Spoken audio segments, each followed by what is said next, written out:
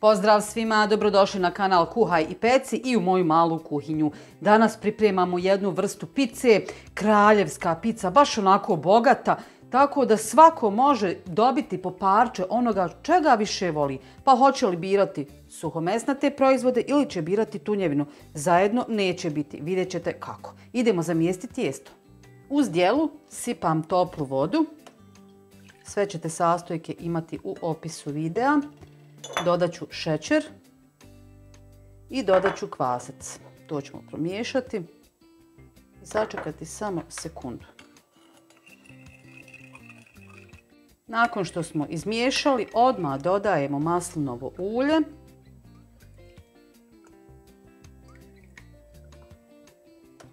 I dodajemo sol.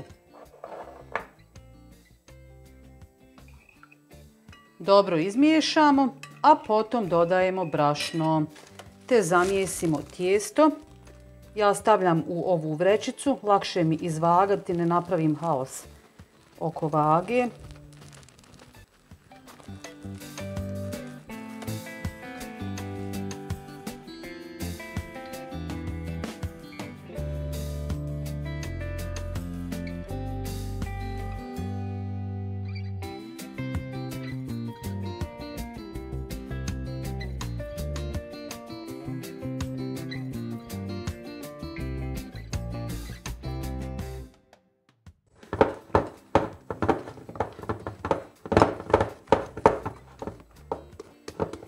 Evo ga, tijesto je spremno. Sada ćemo ga fino ušuškati i ostaviti da nadolazi. Što se tiče količine, ako vam je ovo veliko tijesto, onda ostavite slobodno sutra za doručak za uštipke. S obzirom da ja večeras dočekujem goste i pravim im njihovu omiljenu picu, jer tako su mi naručili, ja ću iskoristiti svo tijesto. Tijesto je nadošlo. Idemo dalje za poslom. Sada nas čeka lakši dio. Dakle, tijesto ćemo malo preraditi, premijesiti. Lakše je ako dodate malo brašna. Pravo je fino, mekano. Što je tijesto tvrđe, to vam je jelo samo suho više. Tako da je bolje da vam je tijesto mekše.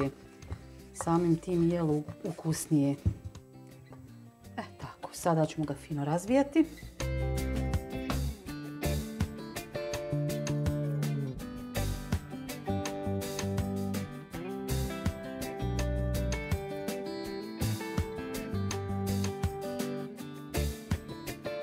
Nakon što sam razvila, sada ću tijesto prebaciti na papir.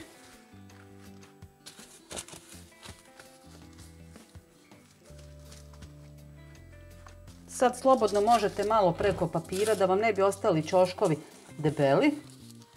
Ili, ako hoćete, možete ih odrezati pa to tijesto ostaviti viška za uštipke.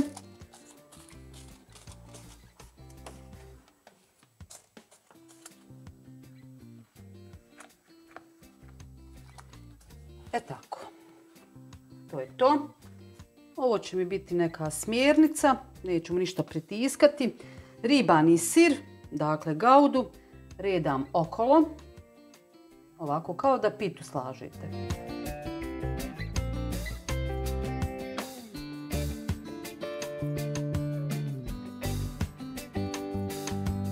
Paradajz sos naspemo preko.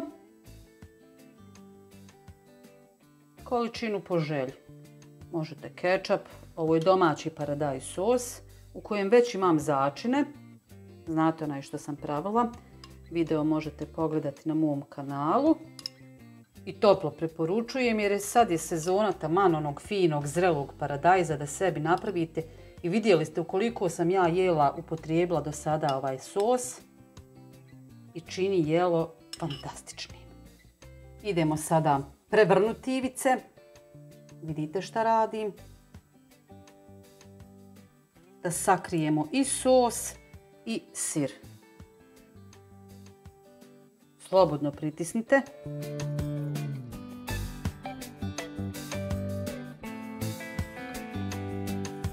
Evo prebacila sam papir na ple za pečenje.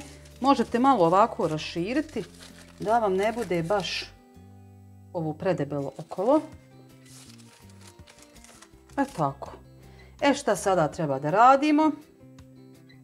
Sada ćemo fino da redamo ostale sastojke naizmjenično.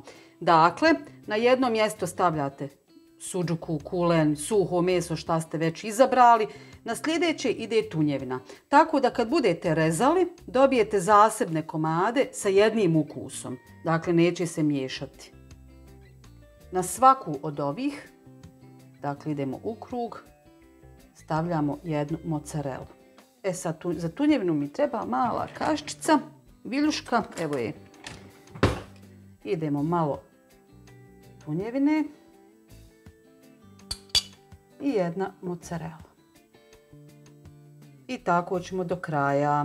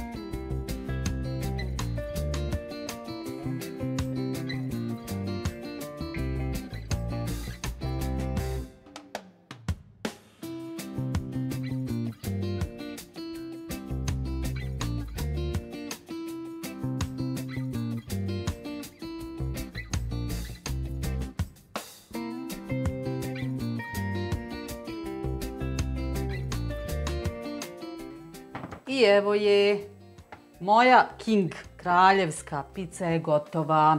Nadam se da vam se ideja sviđa. Obavezno isprobajte jer je super zahvalna. Svaki ovaj krak nosi jedan ukus. Tako da će se svi oduševiti. Svako će imati priliku da sebi izabere šta bi da proba, a nije izmiješano. Eto, obavezno je tu u sredini i paradajz sos da umoče ako budu htjeli. Ako vam se sviđa, lajkajte, prijavite se na moj kanal ukoliko to niste, pa se gledamo opet. Ćao!